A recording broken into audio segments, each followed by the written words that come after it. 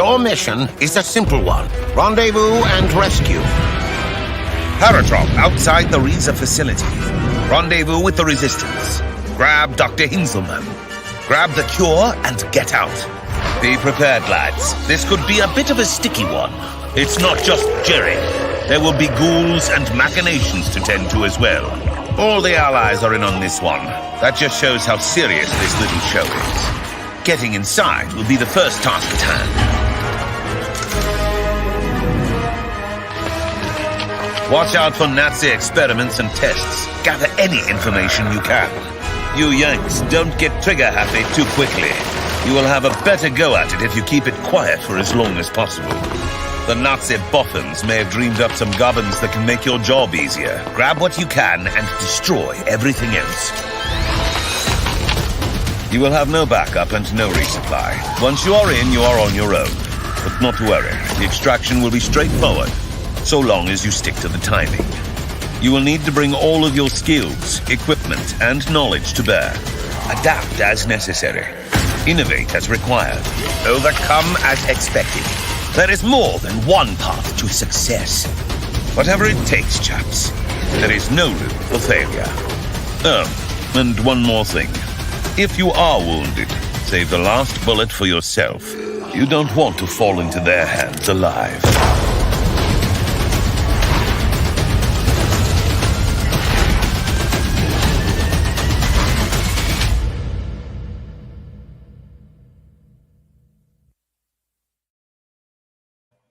All right, there we go.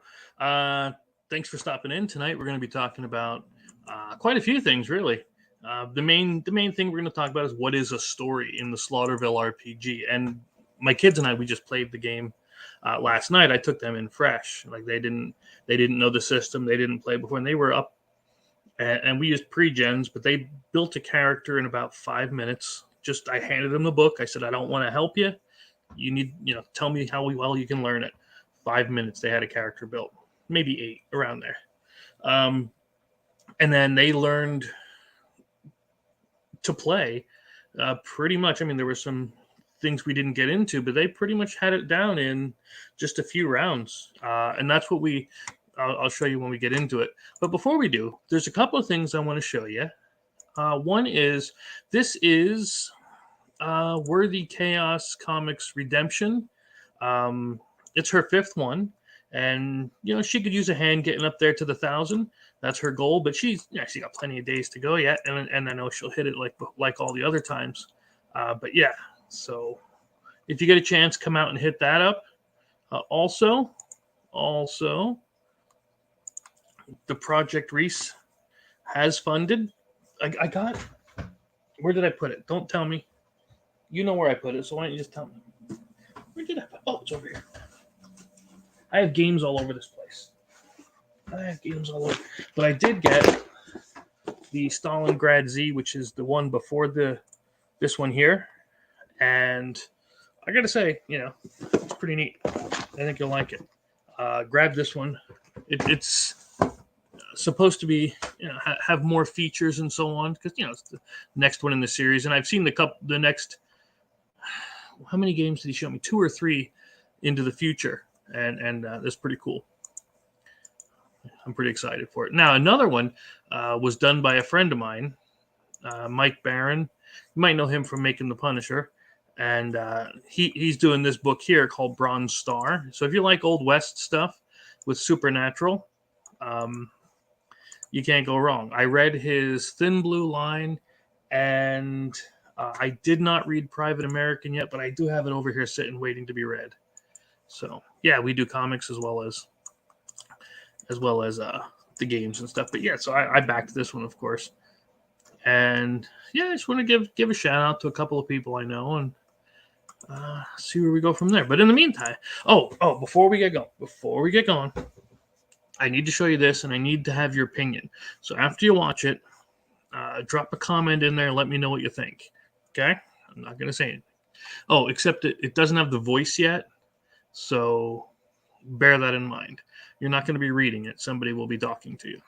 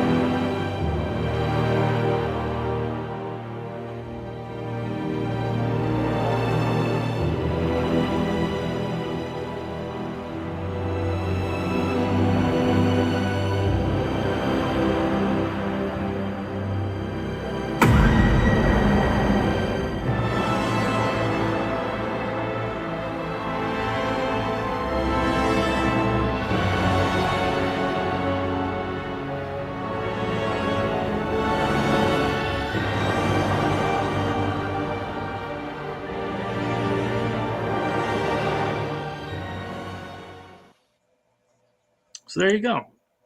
So there's that. And that's one of the reasons why we're doing these videos, is because that's going to be our teaser, our intro video. And then we're going to have these videos to show you how to play and how to get into it. But yeah, I hope you like it. Just let me know, and I'd appreciate that. All right. So what exactly is a story? See, most RPGs, they'll call them adventures, campaigns, what have you. Here, we call them stories. That's really the way to connect them to the other systems if you want to do that. Also, we do have the index done. Thank God for that. That wasn't done by me. This was done by Rue Mitchell. I guess that's how you pronounce his name. I never actually spoke with him. It was all online stuff. But he did look at this. He did a darn good job going through all the chapters. I mean, I couldn't have done this. This isn't my area. I'm a details guy, sure, but this one is beyond what I'd be doing. So that's all done. Thank God for that. I was hoping I didn't have to do it. Let's put it that way. That's not my thing. But yeah, everything is there. Everything's labeled and listed. All right, cool. So what is a story? Again, a story allows you to play the game, right? It's the adventure you're going to go on. And our main themes in here, again, are horror, exploration, adventure. In fact, you can take this as scary or lighthearted as you want. And that's one of the nice things about it is I don't know if I said it here or if I was talking to somebody else, but you can play this as straight up Last House on the Left, Texas Chainsaw style, or you can go lighthearted with Scooby-Doo, right? You don't have to go full blood and gore. They still had ghosts. They still had monsters in there. It's just now and you can still use the stress and the fear mechanic because, tell me Scooby and them didn't get scared once in a while, right? You just have to tailor it a little bit for the younger crowd, but it's possible. It's absolutely possible. Now, that being said, I am half tempted to call up Warner Brothers because I do have Warner Brothers licensing department. I know some people in there, and I'm half tempted to see if I can't get the rights to make a Scooby-Doo module for this. I tell you what, if we fund, or I should say when, but depending on how successful we fund, I'll call them up.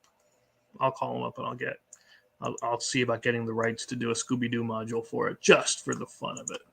Tell me it wouldn't be awesome. Tell me. Come on, fella. But yeah, you can do just about anything you want here. Honestly, it is wide open. The game master, of course, is going to be there to set the rules of the encounter, to set any limitations. For instance, like in the first story in here, there is a limiting factor to what you can do, but it plays into the story. It's important for the story. Okay, and we'll get to it when we get there. But you can do everything from a one night session. In fact, ours, I had to get on a stream, so we had to cut it a little bit short. But ours only took an hour and a half for people to start dying in the adventure we ran yesterday. So it was pretty fun. Yeah, it was the strangest thing, like a 1 in a billion chance. Where I'm just going to show you. Because what I'm running this thing. What's going to happen, right? See, when the kids were exploring, right, this is the map of the campground for the first adventure. And this is what the PCs, the players, are going to get right away in the beginning. And I know my art is absolutely beautiful. But they're going up against the slasher in this one. Because it's the campground and it's meant to be something simple to show you the how to play. Okay? And we're going to come back to this map as we go through. But my kid did something that there was a 1 in a extremely rare chance that this would happen, and sure enough, he did it. And it brought out the slasher early, and she proceeded to chase and start mauling people. But again, as the slasher started killing, we had to stop, unfortunately. But yeah, it was pretty cool. I had fun. They had fun. So that's pretty much what matters, right? No matter what else happens, as long as we have fun. All right, so yeah, and there's tons of enemies. Now we have some enemies, NPCs, villains. Of course, I'll show you the villains as we go through, which I know I showed them last time. But while we're paging through, I can show you a few. And they're all based on the Slaughterville director's cut, the first game. So there'll be ones you'd be familiar with if you played that. If not, I have backstory and everything already written into them, so it's going to be pretty simple. Or you can make your own. We have rules in here to help you make your own villains and NPCs. And characters, of course. What's nice about this town is, well, see, this is the way I wrote it, okay? And you do whatever you want, okay? But because of the magic of the town, because of the way the town works, cell phones, GPS doesn't work here. It's still modern times, and they have their own newscast. They have their own cable shows, that kind of a thing that they bring in, but you cannot use cell phones, you cannot use GPS in this town. It doesn't work.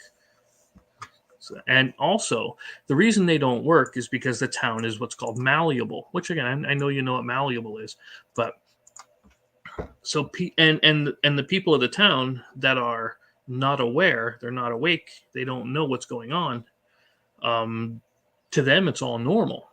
Like you could have a bowling alley sitting there one day, and the next day it's gone, and in its place is, or even right next to it, suddenly shows a pizza shop or an antique store or whatever you want. And to the people that live there, that's always been there. A new home has always been there. The town will expand, it will contract, it will morph based on the needs of the GM. And unless you're one of the PCs who's strangely aware of what's going on, they're not influenced by the town, the town's magic. It just seems normal. So you could ask somebody, hey, this diner wasn't here yesterday. What are you talking about? I've been eating here for 10 years. You know, it's just that kind of a thing. And then again, there's people that know, people that don't. People that know that want to hide and pretend they don't know, but they really do. But that's going to be up for you to decide and discover and all of this. But a story is just you going through and experiencing either a one-off adventure or a larger campaign style. I want to call them novels, because all the little stories make up a novel, or all the little stories make up a collection, whatever we want to call it. And that is something I should call it something bigger for a bunch of stories together. But anyway, so we're gonna look at what makes up a story and how do we run it. Okay. First off, we talk about time. Time is very important for the stories. See, it's something that was a little bit different to get used to in a story. See, stories have what's called story beats. They're parts of the story that are happening no matter what the PCs are doing. Now, the PCs can interact and they can influence these story beats, but these story beats are meant to help move things along and help things to keep progressing. For instance, let's say you are... as the PCs, you're exploring an old mine, right? But at the same time, the villain might be out either robbing a bank, kidnapping someone, or performing a ritual. Well, if you're not there to stop that ritual, it's still going to be performed. They're not waiting for you to do anything. It's up to you to discover the clues, to find them, and be able to interact and stop. So, yeah. But our time measures morning, day, evening, and night. We have a round, which is 5 to 10 seconds. That's your typical action thing. And we really only care about, actions like that in combat. If you're exploring or you're examining, we don't usually worry so much about rounds. Stretches, they call that the 5 to 10 minutes. And shifts are the big one. That's your morning, day, evening, and night. That's about between 5 and 10 hours. Yeah, you use it either in travel. I know it says travel, but you also want to use it for rest or any kind of big events. Like if somebody gets knocked out, it might get knocked out for a shift, or if they get hurt, it's going to take a shift or two to heal, and we'll get into all that eventually. But or if you want to train, like you find a wolf, you manage to tame the wolf, because you can do that, which again fits in with the whole Scooby-Doo thing. If you tame a dog, you can actually train it to do things, but it takes a few shifts in order to do it. And like we said, you can take this as dark, as gory as you want, but make sure it's all right with your other players. I know some people really don't like describing all the blood, gore, and death, and that's all right. It all depends with you and your players, but you'll know them. You'll know them better than I would. We did characters already, so we can skip all that. We talked about archetypes before. Da, da, da, da, da. We talked about skills. We did the specialties. Let's go talk about what a story is. And what better way to look at what a story is than actually see one?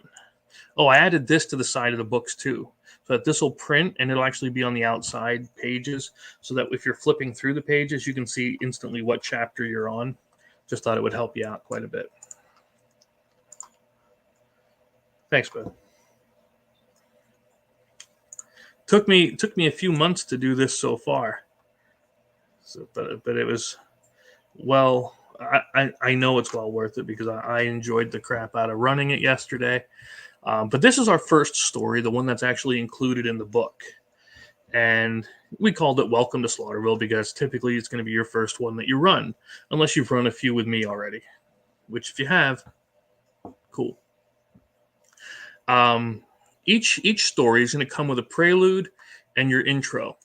These are the ones that you're going to explain to the players. Okay, it's going to be the setup. Why are they there? How did they get there? In this case, you're hired by the Slaughterville Tourism Board to be a counselor at Camp Slaughterville, right? Simple enough to get you there. You've all agreed to do it, whether it was for the money or for the love of doing it. You're going to be working with other NPCs. You'll get an NPC partner to help watch over 6 campers. So you're going to have 6 little rugrats running around with you. And it's going to be your job to take care of them and get them all set up. But she gives you a map. She gives you a greeting and everything else while the children get there, and then it sees you running off and taking them to their cabins. But here's the thing. So these are what you're supposed to read to the players if you're the game master. Then there's this part here called the situation. The situation should not be read by the players, because that's what the game master is supposed to know. It tells them everything. You describe the full story in this section so that they know what's going on, what to expect, and who they're going to be interacting with. So I'm going to skip right by that. And in this case, it's small because it's a simple one-off adventure. And then, of course, you list your main characters. And we have a few main characters, and I have them all in PDFs for you to download. I even put in here how to create other main characters. These are for the little rugrats. But this is what we were talking about with the story beats. The story beats are those actions that are going to happen no matter what the players are doing. So, for instance, on day 1 morning shift, this is when you get at the camp. And this is something the game master is going to know, not usually the players. So I won't read too much of this. But the characters get at the camp, the kids arrive, they're sorted, blah, blah, blah, and the campers are taken to their cabins. So that's what's going to happen in the morning shift. In the afternoon, it tells you to gather at an activity area where you vote on doing an event, some kind of an activity. And those activities, honestly, I put them in there to help you learn the mechanics of the game. For instance, if you did the dodgeball, water balloon dodgeball, it's going to show you how to use fighting, marksmanship to throw and aim, dodging, and so on. Sumo suit wrestling is your melee and your force, or a scavenger hunt to get you into the observation and moving around. That's what those were really for. But after that, then it talks about taking the kids and getting pizza. And honestly, the people can do whatever they wish. If they decide not to do this, okay, don't do it. If you go to somewhere else, what's neat is, and I don't want to get too much, but yeah, you're going to find something bad happens. Okay, somebody's going to die. And we have these notes are for what else can happen. But each location in the camp has events and things that can happen at them when you visit. So, for instance, when you go to the parking area, right away in the parking area, there's a wooden fence. There can be any NPC there. And what are the clues there? Well, we have a plaque by the entrance sign. And the Fallout just says, you'll see this word barrier here, but you'll get to that later when you play it. But the Fallout says, what happened? What is a possibility of a bad or good thing happening at this location? See, when the characters go to these locations, they're allowed to do whatever they want. So we're just showing what can happen at each location. And some of them will actually say, like, if it's day on day 3, then this will happen. If it's night on day 6, this will happen. And but for something this short, there's not much of that, just to keep it simple for everybody. But yeah, if you don't go to the cafeteria and eat something, you run the risk of starvation in this game. If you don't eat, you're going to go hungry, right? And that can have negative effects on your rolls, and because you'll be beat, tired, and all that. Let's see. The Hawk Lookout. That's a good one. Good place to explore. Lake Slaughterville. You're going to find boats and everything else. What can you find on the hiking trail? And of course, we have handouts. And here's the map. The map is going to correspond to the locations. Like if you go to location I, and when the PCs are looking at it, they're like, I want to go to I. Okay, what's I? That's the cafeteria. Who do you see in the cafeteria? Chances are it's Frank. Now, can there be other people there? Of course. But this is a typical. This is what you're going to find there.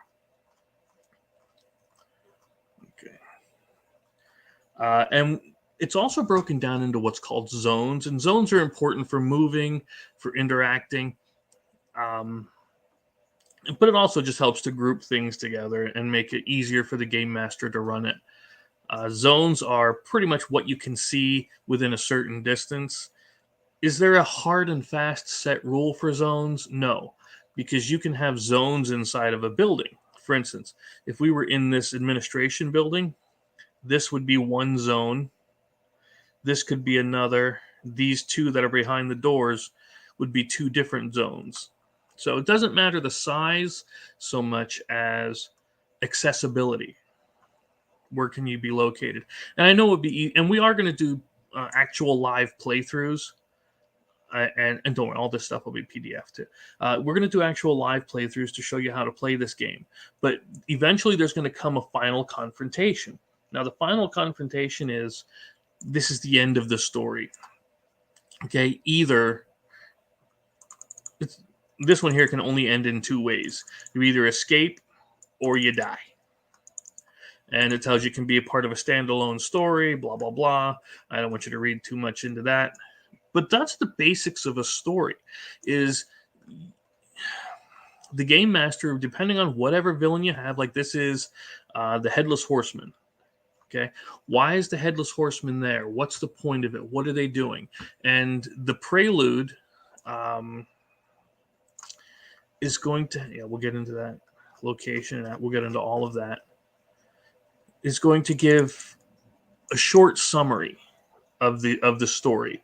The introduction is going to be what you tell the players when they're coming into it. What do they need to know to get started? And if it's part of a campaign, you can adjust this to, or a novel, whatever we're going to call it, you can adjust this to fit what you've just done. So if you've already dealt with a werewolf, for instance, and so you already know about the kind of horror stuff that's here, you can adjust the intro to be more aware of it or more prepared. But the situation is the full story for that, or the full details, I should say, for that story. That's something that the reader or the PCs shouldn't know. That's what they're meant to discover. The main characters, of course, we already talked about, and so on. But yeah, it's really not hard. And we're going to walk through how to create your own story. We're going to walk through how to write and design your own next time. But I do want to actually have us see, like this here. We didn't do anything with vehicles, but you can have car chases. Heck, you can have airplane chases, helicopter chases if you want in this game. We have it all available for you. How much does an armored personnel carrier cost if they're available? A battle tank, how much is that sucker going to cost you? You want to buy a tank, it may be possible if it fits your story. All right, but let's go up into because we talked about the skills already, or the specialties, and how they give you, bonus abilities and everything else. That's all part of making your character. And what we may not have spoken about is this guy right here. This is pretty important. And I could swear we did, but just in case we didn't talk about it, we're going to look at how you roll the dice and how you actually play. Because that was something that was not so much confusing, but they needed a little bit of tutorial on it because it's different. See, in the game, you have those four main attributes: your strength, your agility, your wits, and your empathy. Inside of it, there's 12 core skills, and you see them listed here, right? What you end up doing is you take a die based on your value for your ability and one based on your value for strength, if you have, or for your skill, if you have one. If you don't have one, you just do your abilities, because you always have a value in the ability. And you roll them, and you're looking for a 6 or higher. If you get 6s, that's a success. If you get 10s or higher, well, then it's 2 successes. And what's nice is the more successes that you have, the better and cooler stuff you can do. So you might be trying to punch somebody in the face. If you roll 1 success, yes, you punch them. But if you roll more, you do more damage. You roll out the way after hitting them. You do something cool. You suplex them, whatever. As long as you, here's some examples of what you can do. Or if you're trying to do exploring or looking at filing cabinets to try to find clues, if you do really well, you discover something unexpected. You get more information, basically. And it is absolutely possible to fail. They failed a few times. But what's nice is we have this thing here called pushing your roll. If you fail, you can push it, which means you get a chance to re-roll. Oh, goodness. If you already rolled a 1, you can't re-roll that die, but otherwise you can. And whatever you roll after that first one, you're stuck with. So if you push a roll, you take 1 point of damage or stress. So if you were trying to do something with strength or agility, you pushed yourself real hard and you suffered 1 point of damage. Otherwise, if it was for wits or empathy, things that use the brain, you suffer 1 point of stress. For each, they call them banes. We call them banes, I should say. But it's a 1. So if you roll a 1, bad stuff happens. Otherwise, you're good. If you decide to push it and you don't roll a 1, congratulations. There's no real, I shouldn't say there's no real risk, because there's always this, right? But yeah, that's what that is. You only get 1 chance to push. Unless there are some skills, or I keep calling them skills for some reason. There are some specialties that let you push it more than once. There are some of those. Now, the modifiers are what kind of got them confused for a little bit. And I understand it, because it's different. Because like in D&D and other style games, when you have a modifier to a die, whether it's a +1, a minus something, a +2, etc., you're adding that number. Like if you roll a 10, it's a +2. Well, now you got a 12, right? Well, that's not the way this works here. The modifiers don't change the number on your dice, but they change the die that you're rolling. So if you were rolling a D6 on it and you have a +1, you're now rolling a D8. So you step the die up based on the number of the bonus. And you can split it. Like if you have a +2, you can split that as a +1 to one die and a +1 to another die. That's completely possible. Sometimes you get advantage, which gives you an additional die. Sometimes you get disadvantage, which you remove your lowest die, but you always roll at least one. So if you only have one die and you have disadvantage, screw that, you're still rolling one. And they do cancel each other out, by the way. If you have an advantage and a disadvantage, they wash. All right. Yeah, I'll let you read about help from others and everything later. But there's the skills that you can have, and you can always learn more. You can always learn and improve your skills, and that comes with spending experience in between, experience and time in the shifts. But specialties, like we said, specialties will really help you by giving you extra abilities. Like this one here. If you get scared, you're going to roll on the panic table, and something bad will happen. Well, if you subtract one from the roll, the lower the score, the less likely something really bad is going to happen. So that's a good one to have. Fast reflexes. You draw 2 initiative cards and keep 1. We'll go over how to do all fights and everything else then. If you go first in the round, you get a +1 on your first skill test, which is always nice to have. Sure, it's only a if you go first thing, but that's not bad. It's not bad. Martial arts lets you do some special blocking. Trying to persuade someone, you gain advantage when you're trying to persuade them if you have evidence. Oh, because we tried to make this as varied as possible, so you had plenty to do. But this is the part that comes with making. I know I should save it for making the stories, but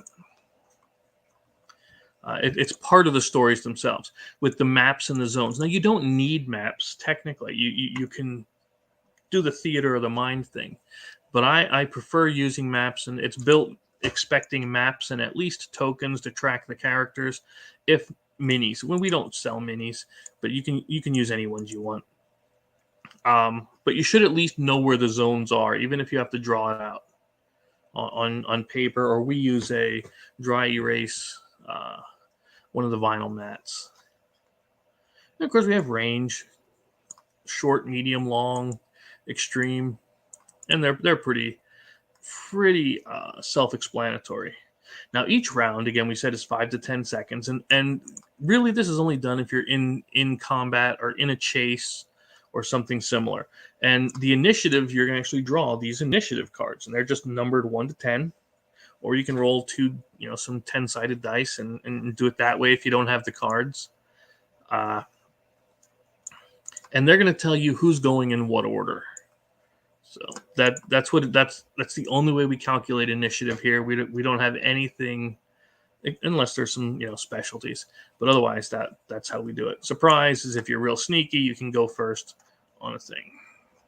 The actions you can take. Slow actions, take your whole turn. Fast actions, you can do 2 of them. You can do one fast and a slow, or 2 fast. So either way, you can do 2 actions. It's just only one of them can be slow. And I'll let you read them later. But as far as the story goes, and again, once we're actually showing you how to play, all of this it's just going to fall into place. It really does. I know I can say that because I've been in this for a long time. But it really is something that's going to almost become second. It's almost second nature sometimes. At least again for me. So again, we're going to go into the next time on actually writing your story. So that will be our chapter 8. Oh yeah, props. If you want to have any kind of props you want, you're more than welcome. But we'll get into that. But that's really all there is to a story. It's the interesting thing about them is that they allow the players to do whatever they want. Okay, so if a player comes into this and decides, I'm just leaving. Okay, sure, I said I'd be a camp counselor, but I'm just going to leave. We took that into account. There is something in here that says what happens if they just decide to leave, or what happens if when the body is found, or what happens when the bad guy appears, the slasher appears when she shows up. So everything in here is all planned around allowing as much freedom as possible to the players, and the GM will react and adapt to what they're doing. It frees up a lot as long as it's well planned. And we'll get into planning the story. Then I also have a 48-page story based on the body snatchers that we did too. So like for here, and this is completely up to the game master. So when this afternoon shift shows up and the campers and the counselors pick their activity, let's say they choose water balloon dodgeball. Well, what if one of the game master decides one of the kids picks up rocks and starts throwing them? Anything could happen. Or if somebody throws a water balloon at one of the counselors, one of you guys, and you slip, fall, crack your head open because you just rolled so horribly. It's possible. And how are we going to react to that? Well, that's going to adjust, and it's why we have the locations section, because this is going to tell us what happens at each, or what has the potential to happen at each location. So for instance, if you were at that location L where the activities are, right, it talks about the area. There's no real clues, no real fallout, because it's all based on the activities that you're going to perform. So, but then if you slip and fall, maybe you have to get taken either to the counselor's cabin, or somebody tries to take you to the hospital if it's bad enough, if you fall off of Hawk Mountain and break your leg. Yeah, we don't know. We don't know. But the point is, this system allows for any of that to happen because of these location stories, or these location events, activities, this preparation that's done ahead of time. And you know what? I am going to bring it up. I wasn't going to, just because I wanted to keep that one a secret, but I'm going to do it anyway. What's the worst that's going to happen? Starter story PDF. And this is the one that's in the starter kit. So it's called New Neighbors. Yeah, it's got a load and everything else. But this one, there we go. I even wrote in here for GMs only, just in case. Yeah, but it has the prelude, right? It has the introduction, so you're going to read that. And this one, you're actually, it's your aunt's bed and breakfast needs help, and you're going out to help her decorate for Christmas because there's a contest in town for Christmas decorations. Okay, and the winner gets prize money, and they get featured on the local Slaughterville news. So she figures it would help her bed and breakfast.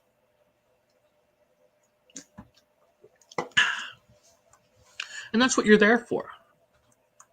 As far as what else happens, that's the situation. That's what the game master is going to know.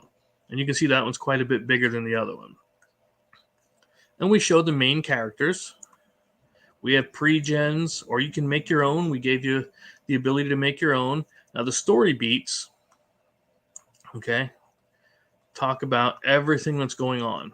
What happens in the morning when you arrive, all the way through. You can see day 9.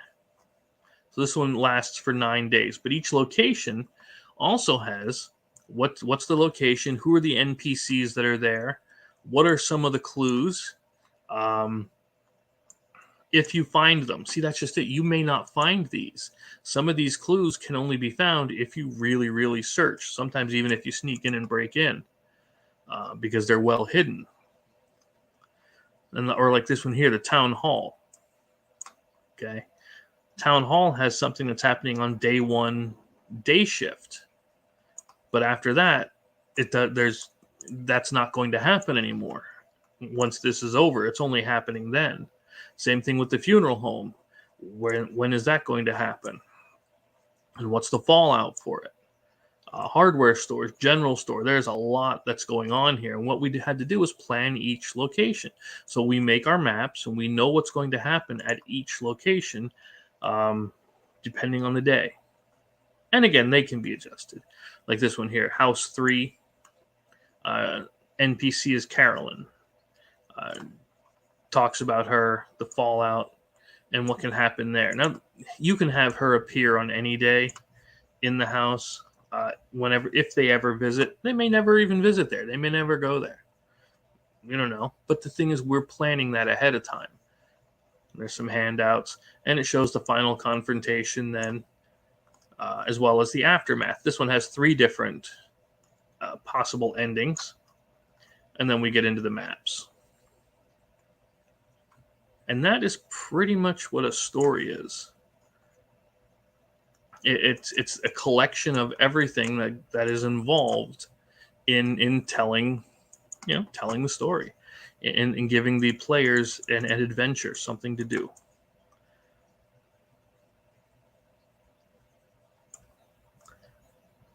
And again, we'll have all these maps as PDFs for you. So there you are. Yeah, this one is, what is it? Yeah, 48 pages. And I know some of those pages are maps, but it all comes in. And I'm pretty sure I like this one. I mean, I like the other one too, but this is a really in-depth, it's a much more in-depth story. And I can't wait to make bigger books for you too. All right. So that's what we have. And if you have any questions, I know we've been on here much longer than I anticipated. But the idea of running the story is going to be much more clear when we do it. But it's honestly not that difficult. We wanted to make it as easy as possible for you to just get right into it. So, but if you have any questions, don't hesitate to reach out and let me know. All right. Until next time, have fun. Let's play down.